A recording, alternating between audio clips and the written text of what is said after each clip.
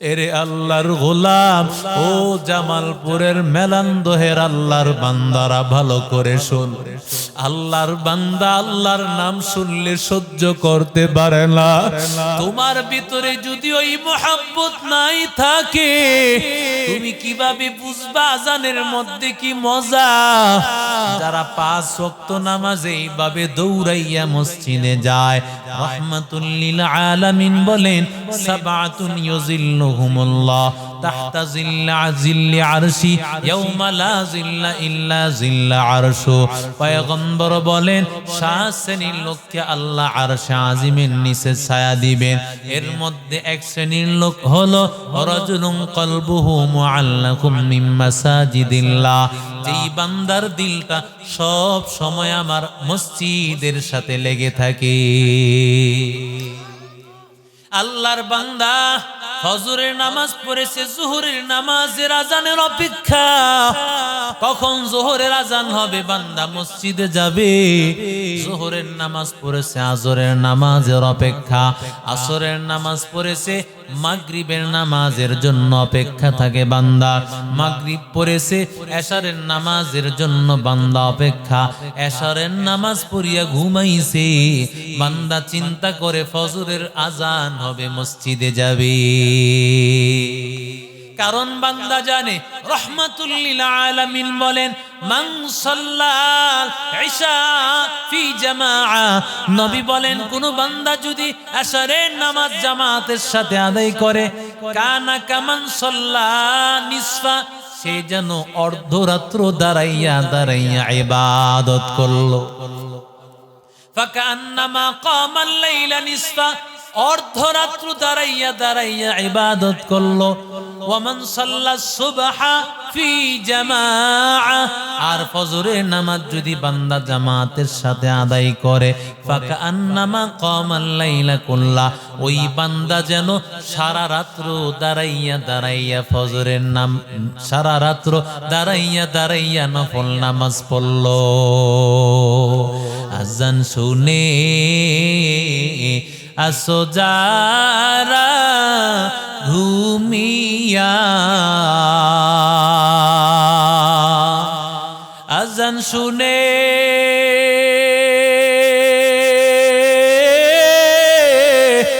আসো যারা ঘুমিয়া, তাদের জন্যে কাঁদেন নবী মদিনায়, তাদের জন্যে কাঁদেন নবী মদিনায়। সে নবীর জন্যে কি মায়া লাগে না, সে নবীর জন্যে কি মায়া লাগে না। হায়রে উম্মত মসজিদে কেন আসো না, হায়রে মানুষ নামাজ কেন পড়ো না। এরে নবীর আশিক উম্মতের দল, ইন্নামাল মুমিনুনা আল্লাযীনা ইযা যুকিরাল্লাহু ওয়াজিলাত কুলুবুহুম, আল্লাহর বান্দারা আল্লাহ নাম শুনলে আর টিকে থাকতে পারে না, দিলের মধ্যে ভয়। আর আল্লাহর বান্দার দিলের ভিতরে যখন ভয় আসবে, যখন বান্দা চিন্তা করবে সব জায়গায় আমার আল্লাহ আছেন, সব জায়গায় আমার আল্লাহ দেখতেছেন, সব জায়গায় আমার আল্লাহ আমার প্রতি তাকাইয়া আছেন, ওই বান্দার পক্ষে কি গুনাহ করা কখনো সম্ভব? কথা বলেন, ওই বান্দার পক্ষে গুনাহ করা কখনো সম্ভব হবে না। এরে আল্লাহর গোলাম, আল্লাহ বলেন, ইন্না রাব্বাকা লাবিল মিরসাদ,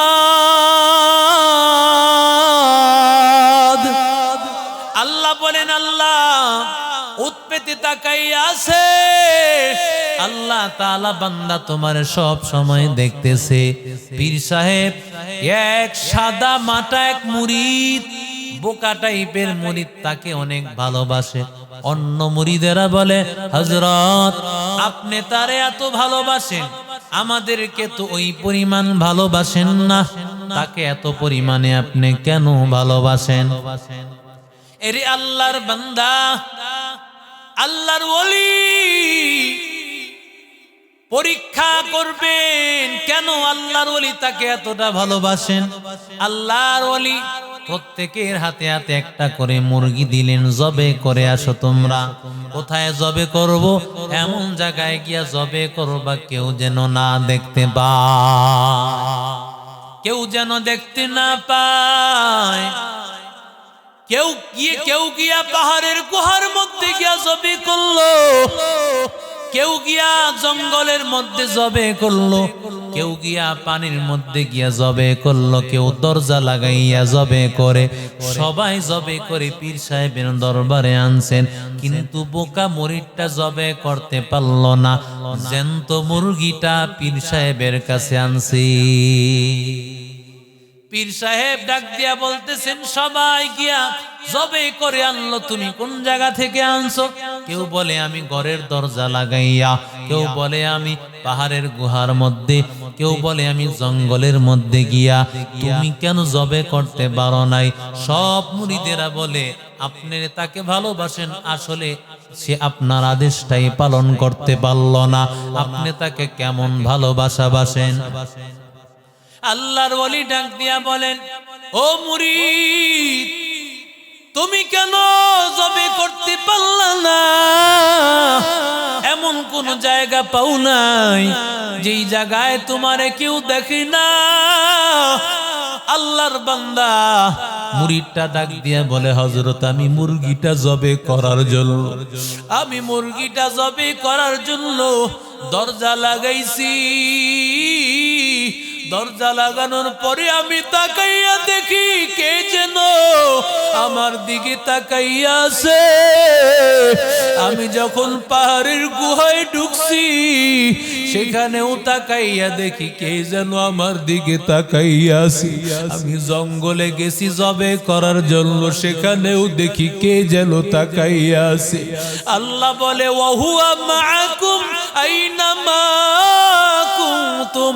এরে বান্দা, তুমি যেখানেই থাকো না কেন, আমি আল্লাহ সব জায়গায় হাজির। আমি আল্লাহ সব জায়গায় হাজির বান্দা। আমি এই জন্য মুরগিটা জবে করতে পারি নাই, এরে আল্লাহর গোলাম। কারণ বান্দা জবে করতে চায়, দেখে আমার আল্লাহ তাকাইয়াছে। আল্লাহর কথা বান্দার মনে হয়ে গেলে ওই বান্দার দিলটা কেঁপে উঠে, ওই বান্দা গুনাহ করা সম্ভব হবে না। এরে যুবক, মনে করতেছো দরজাটা লাগাইয়া আমি গুনাহ করলে কেউ দেখবে না? না না বান্দা, দরজাটা লাগাইয়া দুনিয়ার মানুষের চক্ষু থেকে আড়াল হইলা, আমার আল্লাহর চোখের আড়াল হওয়া সম্ভব? জোরে বলে, আমার আল্লাহর চোখের আড়াল হওয়া সম্ভব হবে না। এরে আল্লাহর গোলাম, সব সময় আমার আল্লাহ তোমার দিকে তাকাইয়া আছে। আল্লাহ তাআলা বলেন, ইন্নামাল মুমিনুনা আল্লাযীনা ইযা যুকিরাল্লাহু ওয়াজিলাত কুলুবুহুম।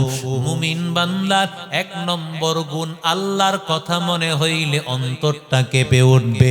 ওই বান্দা কোনোদিন গুনার কাজ করতে পারে না। দুই নম্বর, ওয়াইদা তুলিয়াত আলাইহিম আয়াতুহু যাদাতুহুম ঈমানা।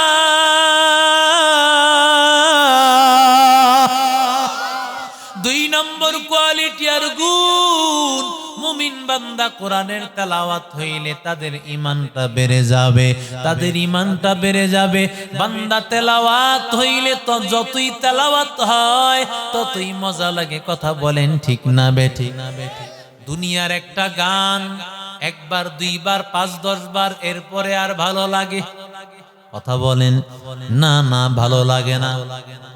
কিন্তু সূরা ফাতিহা ইমাম সাহেব ফজরের নামাজ মাগরিবের নামাজ ইশার নামাজে তেলাওয়াত করেন। এরে আল্লাহর বান্দারা সূরা ফাতিহা উঁচু আওয়াজে জোরে জোরে তেলাওয়াত করেন। আমাকে একটু বলেন, এ রহমাতুল লিল আলামিনের উপর কোরআন তেলাওয়াত নাজিল হওয়ার পর থেকে প্রত্যেকটা ইমাম সাহেব এইভাবে জোরে আওয়াজ করে তেলাওয়াত করে কি করে না? আর